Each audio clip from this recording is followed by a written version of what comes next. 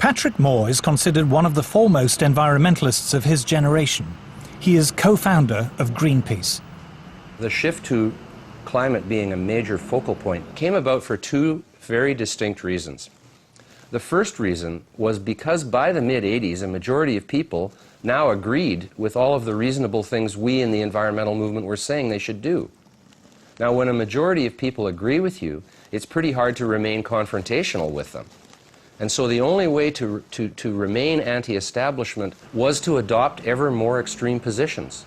When I left Greenpeace, it was in the midst of them adopting a campaign to ban chlorine worldwide. Like I said, you guys, this is one of the elements in the periodic table, you know. I mean, I'm not sure if that's in our jurisdiction to be banning a whole element. Destroying the wall were soon down. The other reason that environmental extremism emerged was because world communism failed, the wall came down, and a lot of peaceniks and political activists moved into the environmental movement, bringing their neo-Marxism with them, and learned to use green language in a very clever way to cloak agendas that actually have more to do with anti-capitalism and anti-globalization than they do anything with ecology or science. You see, the tactic of subversion about which I'm talking is similar to the martial art, the Japanese martial art. If an enemy is bigger and heavier than yourself, it would be very painful to resist his direct strike. It would be very naive and counterproductive to stop his blow. The Chinese and Japanese judo art tells us what to do. First to avoid the strike, then to grab the fist and continue his movement in the direction where it was before, right? Until the enemy crashes in the wall. If it's a free democratic society, there are many different movements within the society. There are obviously, in every society, there are people who are against this society. They may be simple criminals, ideologically in disagreement with the state policy, conscientious enemies, simply psychotic personalities who are against anything, right? And finally, there are a small group of agents of a foreign nation, bought, subverted, recruited, right? The moment all these movements will be directed in one direction, right? This is the time to catch that movement and to continue it until the movement forces the whole society into collapse, into crisis, right? We don't stop an enemy. We let him go. We help him to go in the direction we want them to go. It could be used to legitimize a whole suite of myths that already existed: anti-car, anti-growth, anti-development, and above all, anti that great Satan, the US. These days, if you are skeptical about the litany around climate change, you're suddenly like as if you're a Holocaust denier. The environmental movement, really, it is a political activist movement, and they have become hugely influential at a global level. Paul Driesen is a former environmental campaigner. My big concern with global warming is that the policies being pushed to supposedly prevent global warming are having a disastrous effect on the world's poorest people. Global warming campaigners say it does no harm to be on the safe side. Even if the theory of man-made climate change is wrong, we should impose draconian measures to cut carbon emissions just in case. They call this the precautionary principle. The precautionary principle is a very interesting beast. It's basically used to promote a particular agenda and ideology.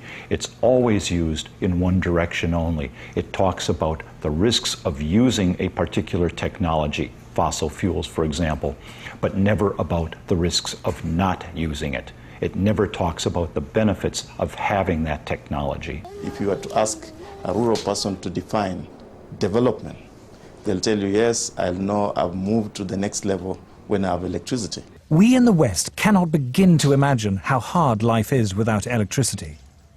The life expectancy of people who live like this is terrifyingly short, their existence impoverished in every way. The rich countries can afford to engage in some luxurious experimentation with other forms of energy. But for us, we are still at the stage of survival. I think one of the most pernicious aspects of the modern environmental movement is this romanticization of peasant life, and the idea that industrial societies are the destroyers of the world.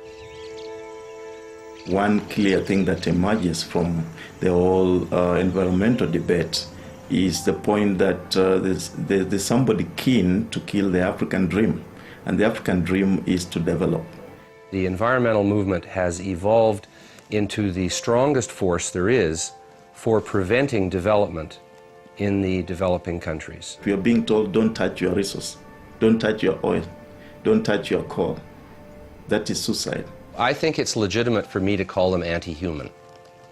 Like, okay, you don't have to think humans are better than whales or better than owls or whatever if you don't want to, right? But surely it is not a good idea to think of humans as sort of being scum, you know, that it's okay to have hundreds of millions of them go blind or die or whatever. I just can't relate to that. Exactly. It's an envy-based thing, so they feel that they get power through the state. They feel like that it's their state, their government. It's an extension of them. They're living vicariously through Stalin or through Obama or through Mao. That's totally true. And I would say the very worst, the lowest of all vermin, I'm afraid to say, are the watermelons, the Marxists who've essentially moved into the green movement and co-opted it for their own ends. Because I see, I spend a lot of time arguing with these people. And what strikes me about the majority of dark green, eco-fascists that I have met, is that they really do not care about nature and they loathe mankind. They are not in it to save the world. They are in it to punish the human species for their outrageous cheek in existing on the planet. They think we are a blot on the landscape. They want population controls. They want to carpet the countryside with wind farms. They want the government to regulate. And they are quite happy for the global economy to be bombed back to the dark ages in the name of saving the planet. But they don't want to save the planet. They want to destroy the world, in fact.